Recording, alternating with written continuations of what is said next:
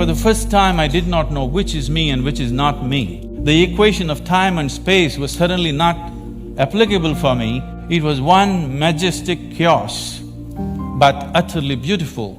If this inclusiveness is experienced by humanity, definitely we could find solutions for everything.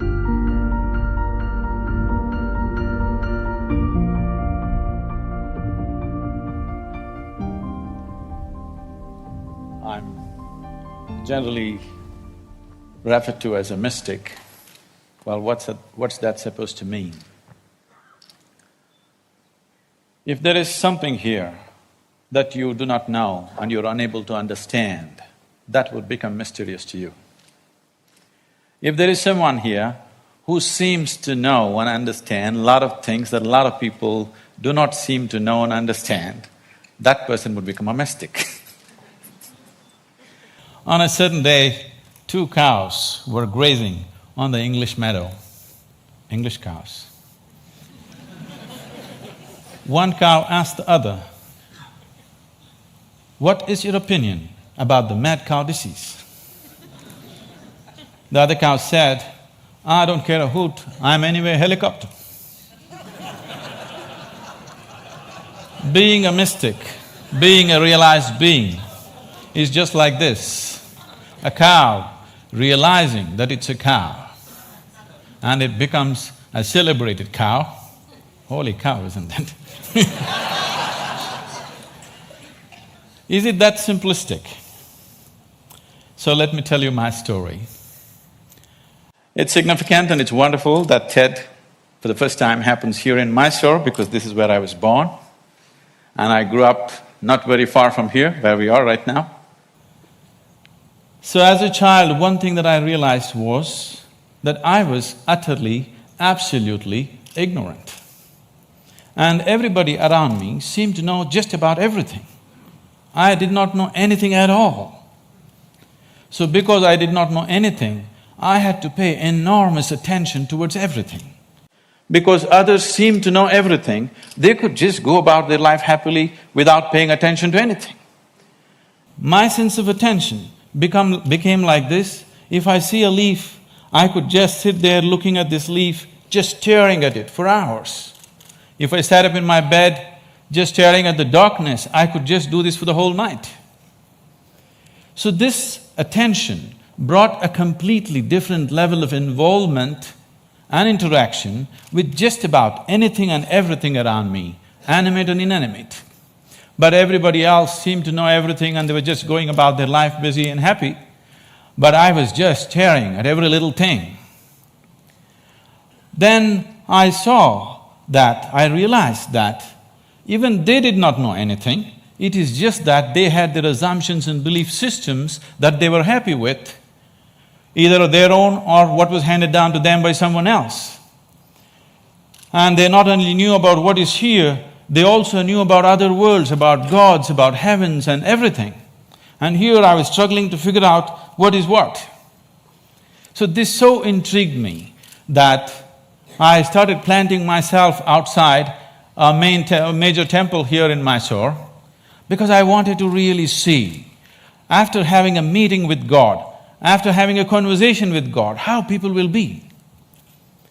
So I stood there intensely observing every face that's walking out of the temple, and generally I heard local gossip. Sometimes in Indian temples, your footwear walks away with someone else, and then I hear people cursing the creation and the creator. I always found people walking out of restaurants always had more joyful faces than people walking out of temples. Divine versus dosa. Dosa seems to win. I could not come to terms with this, and so I slowly became more and more and more skeptical about everybody and everything around me. Skeptical about social structures, political systems, religious beliefs, even scientific theories, because none of them match with my experience of life. On a certain day, I started moving towards Chamundi Hill. You must see this place. And there is a tradition in Mysore. If you have something to do, you go to Chamundi Hill. If you have nothing to do, you go to Chamundi Hill. If you fall in love, you go to Chamundi Hill. If you fall out, you go to Chamundi Hill. I had just fallen out and I had nothing to do, so I started moving towards Chamundi Hill. And I went up and sat on a rock there. Till that moment in my life, I always thought, this is me, and that's somebody else and something else. But for the first time, I did not know which is me and which is not me. Suddenly, what was me was just all over the place. The very rock on which I was sitting, the air that I breathed, the very atmosphere around me, I had just exploded into everything. That sounds like utter insanity. This, I thought, lasted for 10 to 15 minutes. But when I came back to my normal consciousness, I was about 4.5 hours. I was sitting there, fully conscious, eyes open, but time had just flipped in my experience. For the first time in my adult life, tears were flowing down, and I've always been peaceful and happy, that was not an issue, but here I was drenched in a completely different kind of blissfulness, every cell in my body bursting with ecstasy. When I shook my head and trying to get some logical explanation for what's happening to me, the only thing that my very smart mind could say was, maybe I'm just going off my rocker. This experience, as it deepened and it started repeating itself, if I just sit here, what is moments for me seem to be hours for others. I think it's a minute, hours are gone. On a certain day, I happened to be sitting in a certain place. I actually thought it's about 25–30 minutes, but when I came to my normal senses, 13 days had gone by. I was sitting right there. India being what it is, a whole crowd had gathered, garlands around my neck, people touching my feet, somebody wants to know what will happen to his business, somebody wants to know when his daughter will get married. All the things that I hated were just happening around me. And I had to move away from this place just to avoid this crowd around me. And as this experience deepened into me, one thing that happened to me was, everything that I believed was me suddenly was not me. This was always me. And suddenly I found, this is just an accumulation of food that I've eaten. What I accumulate can be mine but can never be me. This was just a huge heap of impressions in my mind. And this body and mind, not being me but just being mine, a distance arose between me and my body, between me and my mind.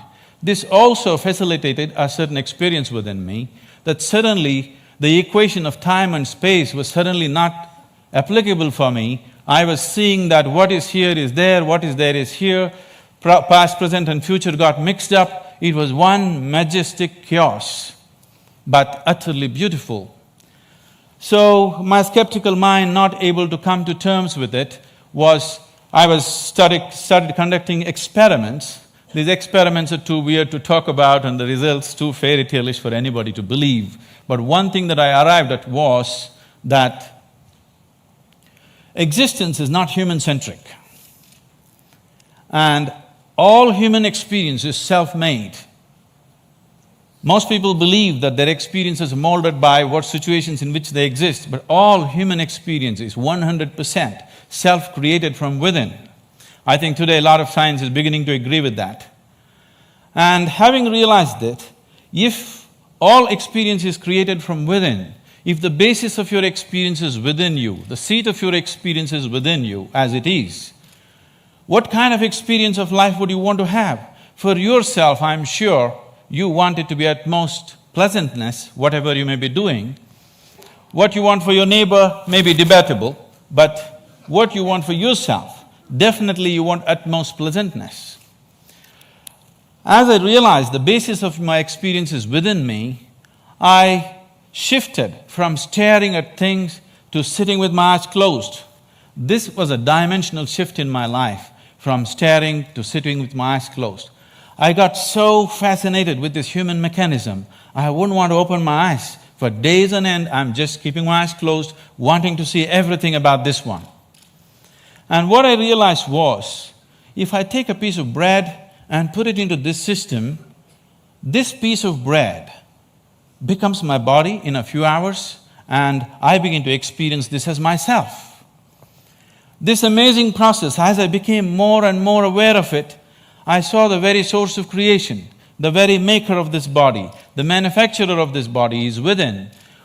Once I saw this, and I could see that I could rewire my brains completely in 24 hours, changing myself beyond social upbringing, family situations, even genetic qualities in me. I could see I could just completely change everything about myself. In 24 hours, I'm a different person. Another 24 hours, I'm a different person.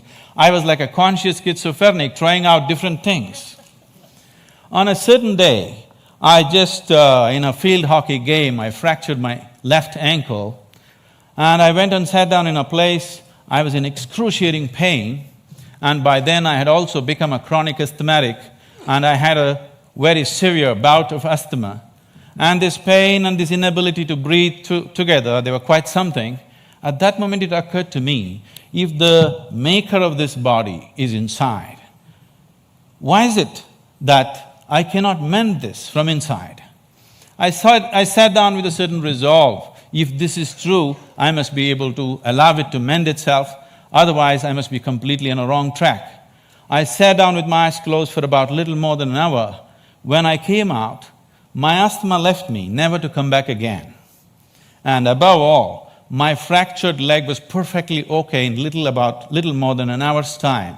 Armed with this experience, I started creating methods and systems through which every human being could access that intelligence and that capability within the system which can make a piece of bread into a human being. This intelligence and this competence within the human system, which is not just about thought process, exists in every human being, but unfortunately remains untapped. And I went about creating systems that people could make use of today, these technologies for inner well-being, these methods to engineer your interiority the way you want it. Millions of people are making use of it, enjoying the benefits of that, but the essential part of this is that there is such a high level of intelligence and competence on every millimeter of the body, every point of the body, not just in the thought process. This is completely untapped by human societies. There are ways to do this, and as I went into this process, what I saw was, what is it that determines what is me and what is not me? I am capable of taking a piece of bread and making it into myself. If I look at this body, it is just a piece of this planet that I have borrowed, but why is this separate and this is separate? Then I found that it is just the boundaries of sensation which determines what is me and what is not me. Here there is sensation, so this is me. There seems I don't feel the sensation, so that's not me. As I looked at these boundaries of sensation very, very closely from within myself, this was a phase of my life where most of the time I remained with my eyes closed. I realized that the boundaries of sensation can either be stretched, expanded, or even made smaller than what it is right now. You can sit here and not feel anything that's happening here right now. This happens in sleep to some extent. Or you can sit here and extend your boundaries of your sensation for this whole hall. And anything that is within the boundaries of your sensation, you will always experience as myself. There is a glass of water here, and this is not me, that's very clear. But if you drink it, you just included it into the boundaries of your sensation, and that becomes you. So if you throw the boundary of your sensation out in an expanded form, you can sit here and experience everybody in this hall as yourself. You can stretch it further, experience the very cosmic scape like you experience your own body. This sense of inclusiveness, if it comes into you, when this came into me, I suddenly realized that to be loving is not somebody's teaching. To be compassionate is not an idea. To be in empathy is not some esoteric principle. This is the way a human being is made, if only he does not constipate his consciousness with limited identifications with things that he is not. If you do not identify with anything that you have accumulated over a period of time, including your body and mind, every human being is capable of this.